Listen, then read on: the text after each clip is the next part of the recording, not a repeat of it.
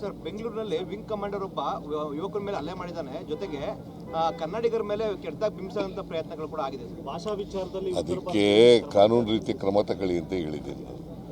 ಯಾರೇ ಆಗಲಿ, wing commander ಆಗಲಿ ಯಾರಾಗಲಿ ಕಾನೂನು ರೀತಿ ಕ್ರಮ ತಗೊಳ್ಳಿ ಅಂತ ಹೇಳಿದ್ದೀನಿ. ಇವರು ಕಂಪ್ಲೇಂಟ್ ಕೊಟ್ಟಿದ್ದಾರೆ, ಅವರು ಕಂಪ್ಲೇಂಟ್ ಕೊಟ್ಟಿದ್ದಾರೆ, ಗೊತ್ತಾಯ್ತಾ? ಅದರಿಂದ ಕಾನೂನು ರೀತಿ ಕ್ರಮ ತಗೊಳ್ಳಿ ಅಂತ ಹೇಳಿದ್ದೀನಿ. ಭಾಷಾ ವಿಚಾರದಲ್ಲಿ ನಿರಂತರವಾಗಿ ದಬ್ಬಾಳಿಕೆ ನಡೀತಾ ಇದೆ ಅಂತ. ನೋಡಪ್ಪ, ಭಾಷೆ ಹಿಂದಿ ಏರಿಕೆಗೆ ನಾವು ಬಿಡಲ್ಲ. ಹಿಂದಿ ಭಾಷೆನ ಕೇಂದ್ರ ಸರ್ಕಾರ ಮಾಡಿದ್ರೆ ನಾವು ಅದಕ್ಕೆ ವಿರೋಧ ಮಾಡ್ತೀವಿ, ಒಪ್ಪಲ್ಲ ಅಂತ ಹೇಳಿದ್ದೀವಿ. That is our stand, state government stand.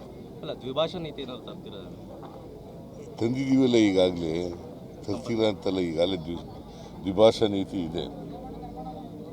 ಮಾತೃಭಾಷೆ ಮತ್ತು ಇಂಗ್ಲೀಷ್ ಭಾಷೆ ಇದೆ.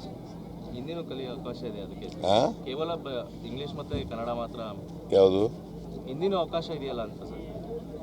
ಇಲ್ಲಿ ಹಿಂದಿ ಎಲ್ಲಿದೆ? ಹಿಂದಿ ಅವಕಾಶ ಇದೆ, ಆ ಕಾರಣಕ್ಕೋಸ್ಕರ ಈ ರೀತಿ. ನಾನು ತ್ರಿಭಾಷಾ ಸೂತ್ರ ಇಲ್ಲ. ನಾವು ಕನ್ನಡ ಮತ್ತು ಇಂಗ್ಲೀಷ್ ಅಷ್ಟೇ ಕಲಿಸೋದು.